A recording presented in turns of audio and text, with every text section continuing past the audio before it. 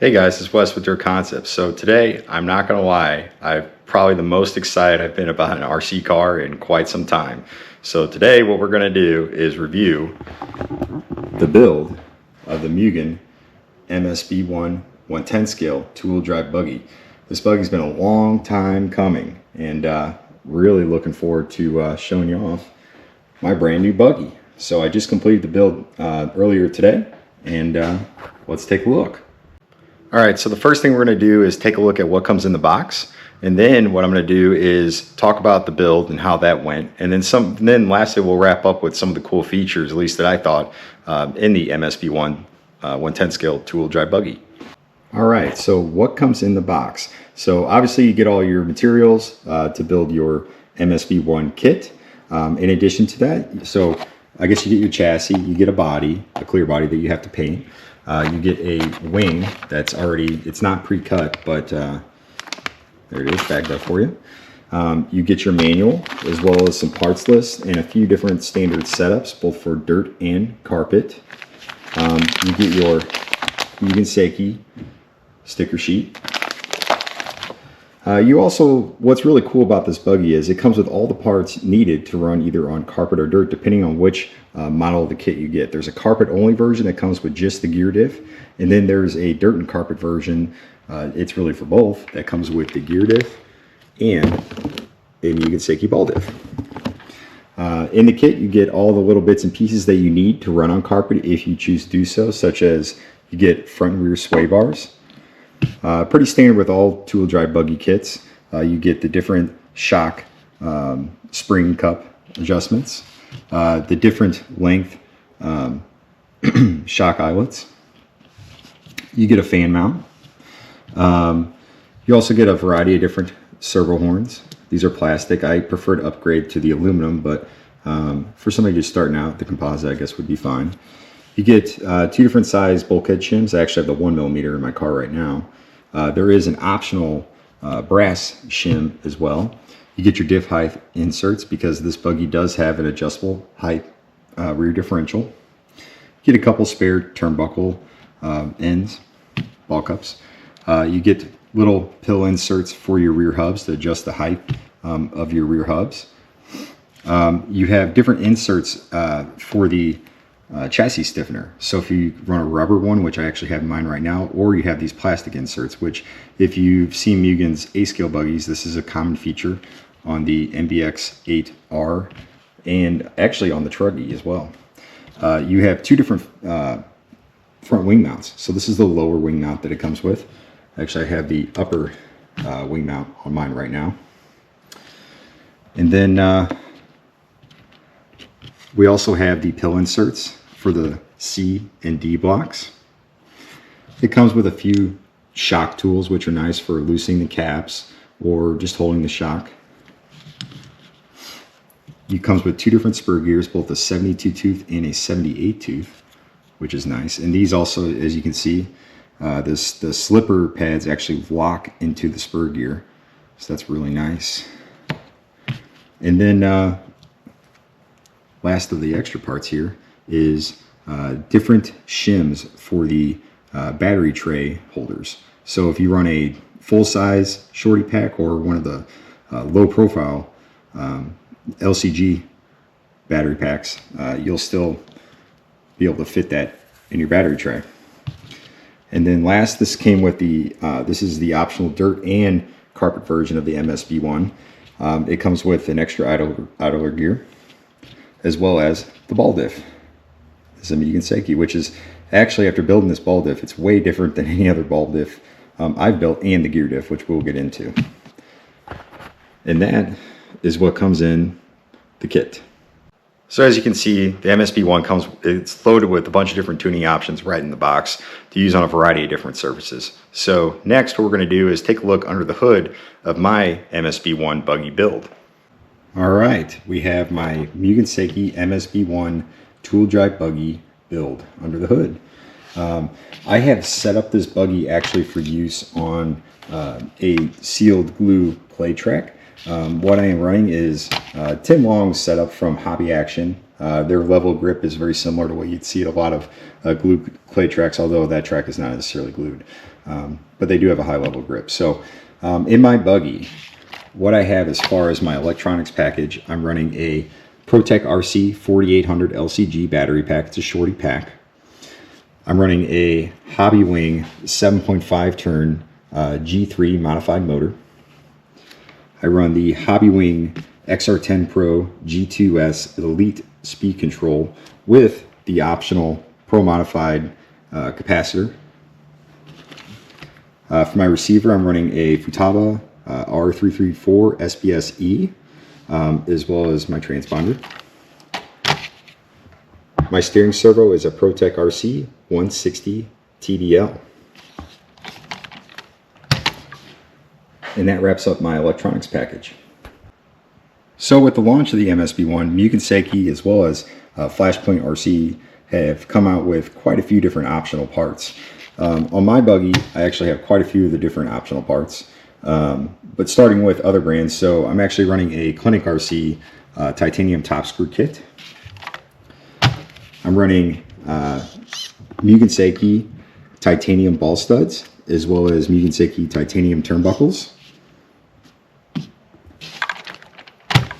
I'm running the optional Mugen Seiki aluminum servo mount, as well as the optional adjustable aluminum servo horn. This servo horn is really cool because you can adjust between 15 millimeters of throw, total length of the servo arm, up to 15.5, which is kind of the standard for tool drive buggies.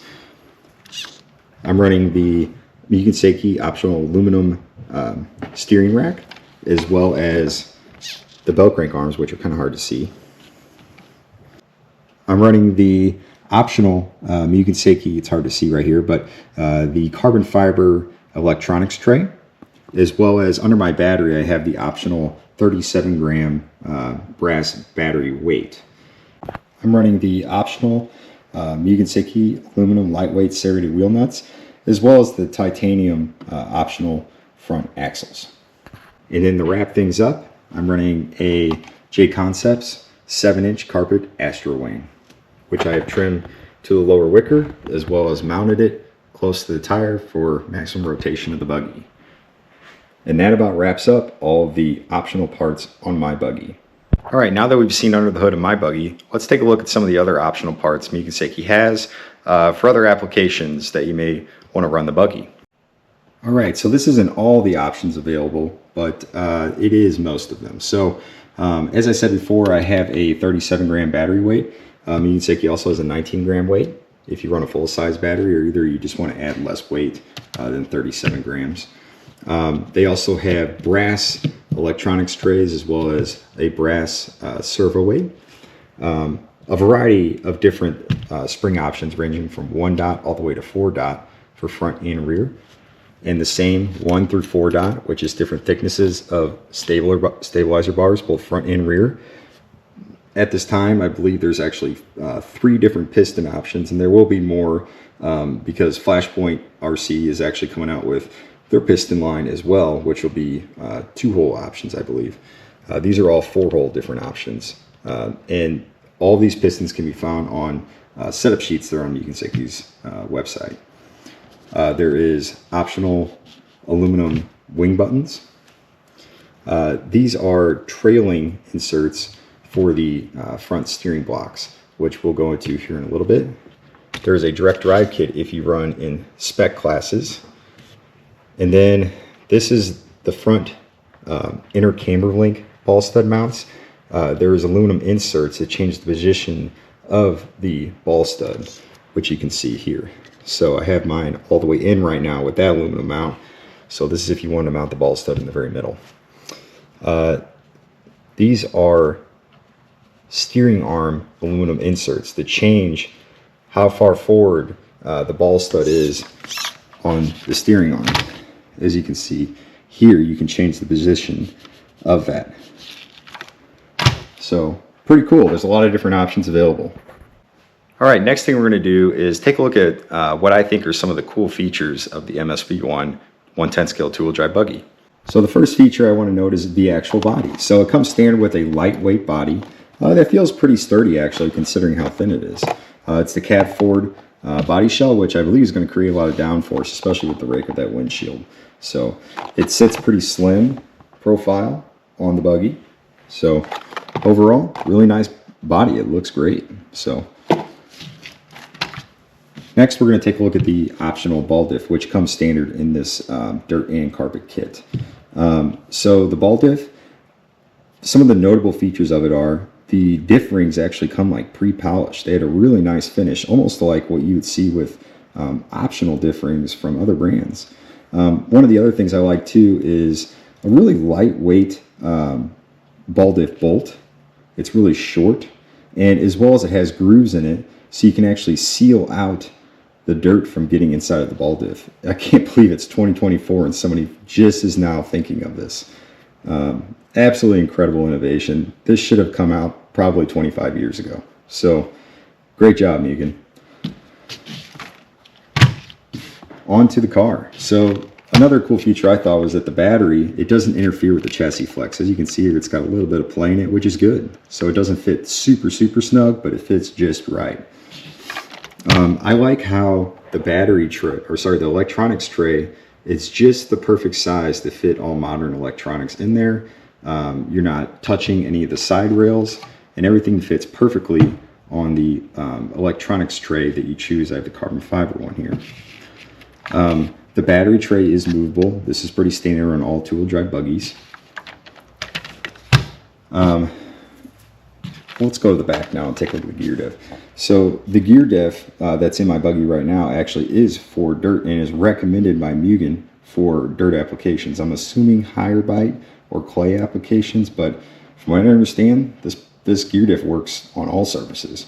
So what's really unique about this gear diff is it snaps together really tight, and I don't believe this gear diff is going to leak at all just by the design of it.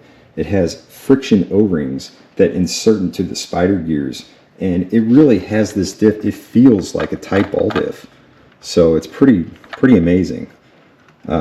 Really cool innovation though, and I hope that picks up, you know, as a standard going forward. There is one transmission offering. It's a 3-gear lay-down style transmission.